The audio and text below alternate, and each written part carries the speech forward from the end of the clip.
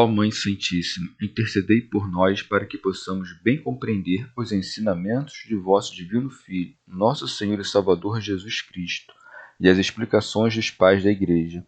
Ó Virgem Imaculada, ofereço-vos este trabalho e peço que abençoais aqueles que o ouvirem, e que seja para a maior honra e glória de Deus. Amém. Senhor onipotente, purificai o meu coração e os meus lábios. Vós, que purificastes os lábios do profeta Isaías com carvão em brasa, e dignai-vos, por tal modo, purificar-me com a vossa misericórdia, para que possa dignamente anunciar o vosso santo Evangelho. Por Jesus Cristo, nosso Senhor. Amém. Senhor, abençoai-me. Que o Senhor resida no meu coração e nos meus lábios, para que anuncie digna e convenientemente o seu Evangelho. Amém. Evangelho de Nosso Senhor Jesus Cristo, segundo São João. A verdadeira identidade de Jesus. Os judeus outra vez apanharam pedras para apedrejá-lo. Jesus então lhes disse: Eu vos mostrei inúmeras boas obras vindo do Pai. Por qual delas quereis lapidar-me? Os judeus lhe responderam: Não te lapidamos por causa de uma boa obra, mas por blasfêmia, porque, sendo apenas homem, tu te fazes Deus. Jesus lhes respondeu: Não está escrito em vossa lei, eu disse, sois deuses? Se ela chama deuses aqueles aos quais a palavra de Deus foi dirigida, e a Escritura não pode ser anulada, aquele que o Pai consagrou e enviou ao mundo dizeis blasfemas, porque disse, sou filho de Deus? Se não faço as obras de meu Pai, não acrediteis em mim. Mas, se as faço, mesmo que não acrediteis em mim, crede nas obras, a fim de reconhecer de uma vez que o Pai está em mim e eu no Pai. Procuravam novamente prendê-lo, mas ele lhes escapou das mãos. Jesus se retira de novo para o outro lado do Jordão. Ele partiu de novo para o outro lado do Jordão, para o lugar onde João o havia anteriormente batizado, e aí permaneceu. Muitos vinham a ele e diziam: João não fez sinal algum, mas tudo o que João disse sobre ele era verdade. E muitos aí creram nele. Comentários dos pais da Igreja. Santo Agostinho. Os judeus ouviram: Eu e o Pai somos um, e não puderam suportar. Em conformidade com a sua dureza habitual, correram as pedras. Os judeus, outra vez, apanharam pedras para apedrejá-lo. Santo Hilário.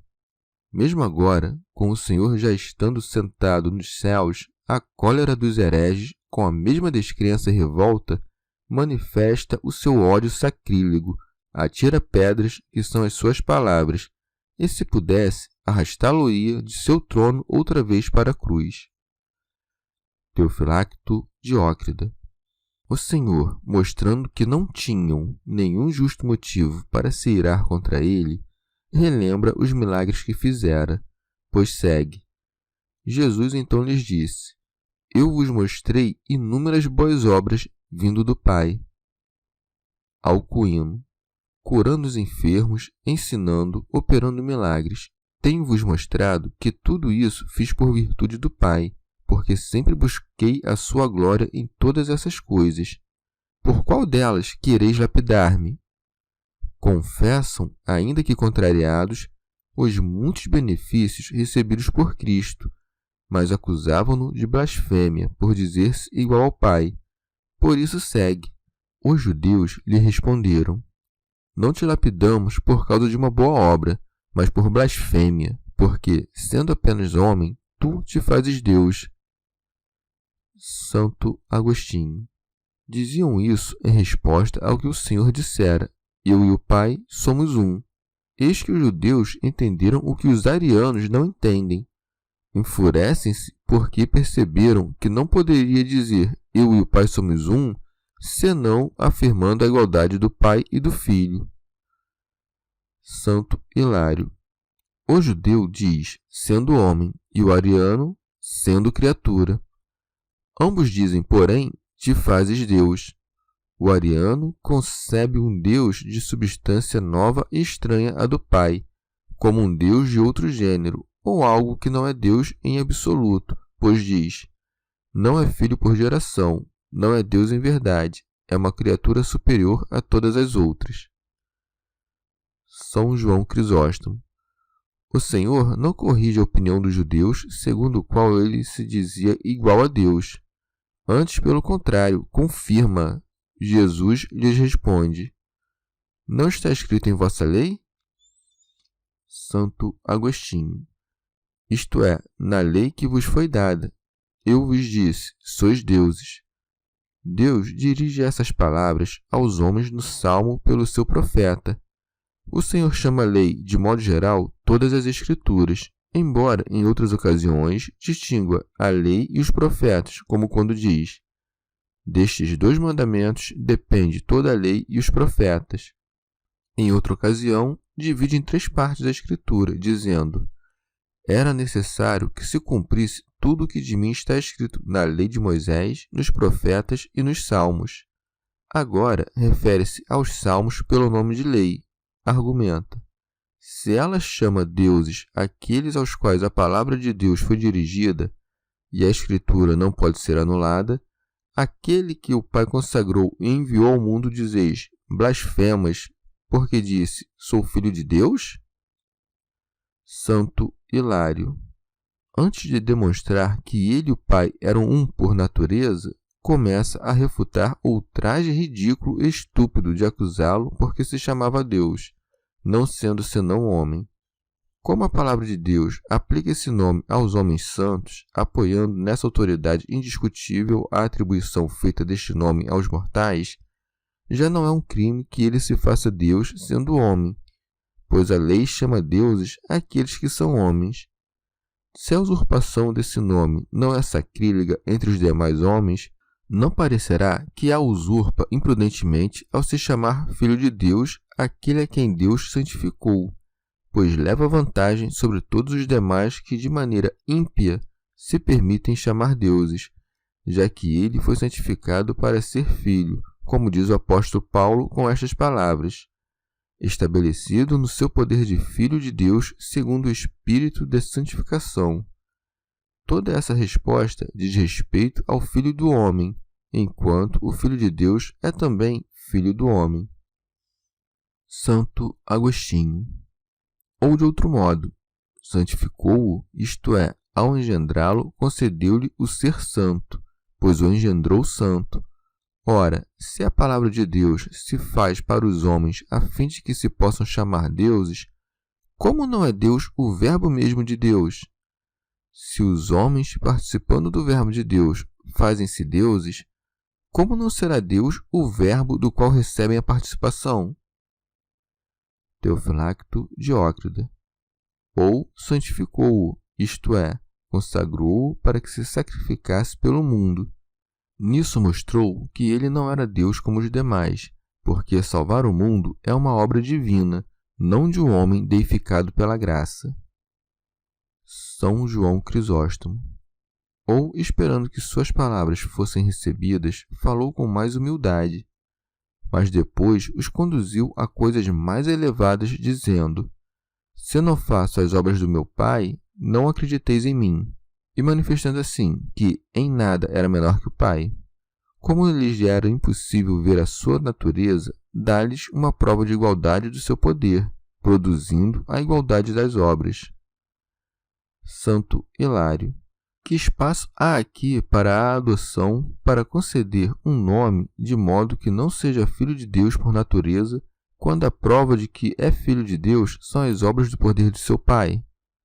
Porque a criatura não se equipara a Deus, pois a ele não se pode comparar nenhuma natureza estranha. Dá testemunho de que ele cumpre não o que é seu, mas o que é do Pai, a fim de não negar o fato de sua geração pela grandeza dos seus atos. Como sob o mistério do corpo assumido e nascido de Maria não se via a natureza do Filho do homem e de Deus, a fé nos avisa pelas obras dizendo, mas se as faço, mesmo que não acrediteis em mim, crede nas obras. Porque, pois, o mistério do nascimento humano impedirá o conhecimento do nascimento divino, quando aquele que recebeu este nascimento divino cumpre todas as suas obras rodeado por essa humanidade que o segue.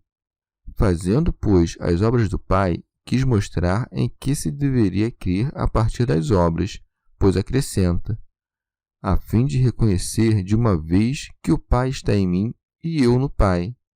Isso significa aquelas palavras, sou filho de Deus e eu e o Pai somos um. Santo Agostinho.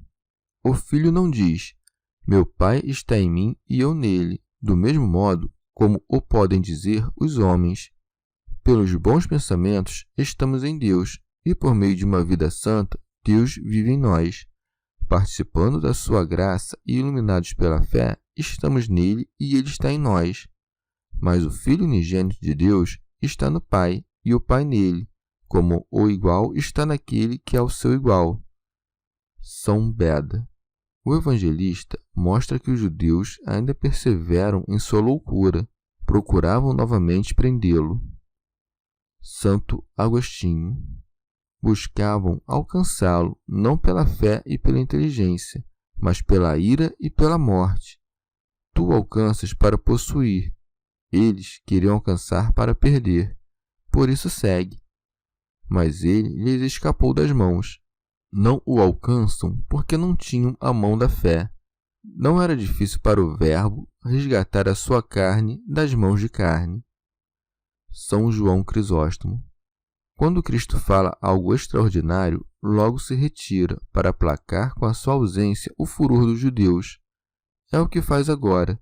Retirou-se novamente para a banda de além do Jordão. O evangelista indica o nome do lugar para que recordes todas as coisas que ali fez e disse João, assim como seu testemunho. São Beda diz, onde começou, isto é, desde a primeira idade. Tendo ficado aí, narra que muitos vieram até ele, por isso segue.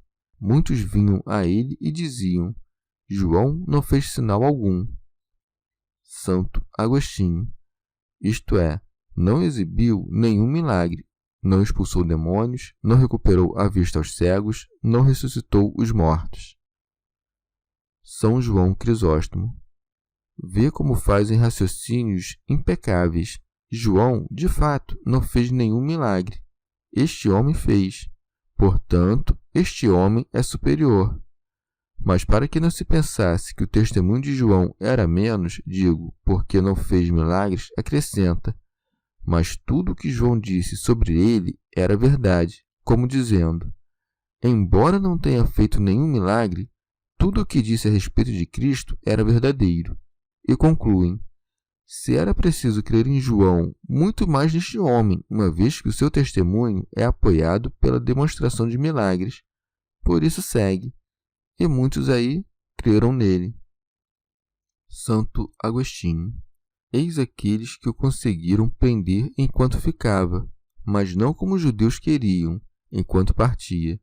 Cheguemos também nós, por meio da lâmpada, ao dia, porque João era a lâmpada e dava testemunho do dia. Teofilacto Diócrida. Deve-se notar que o Senhor muitas vezes conduz o povo a lugares solitários, afastando-os da comunidade dos descrentes, para que deem mais fruto, assim como havia levado o povo ao deserto para dar a antiga lei. Em sentido místico, o Senhor afastava-se de Jerusalém, isto é, do povo judaico, e se transfere para lugares onde há fontes de água, isto é, a Igreja das Nações, que tem a fonte do batismo, pelo qual muitos se aproximam de Cristo, como que cruzando o Jordão. Chegamos ao fim de mais um dia de comentários da Catena Áurea. Muito obrigado por ficarem até aqui, que Nossa Senhora derrame suas graças sobre nós e até amanhã.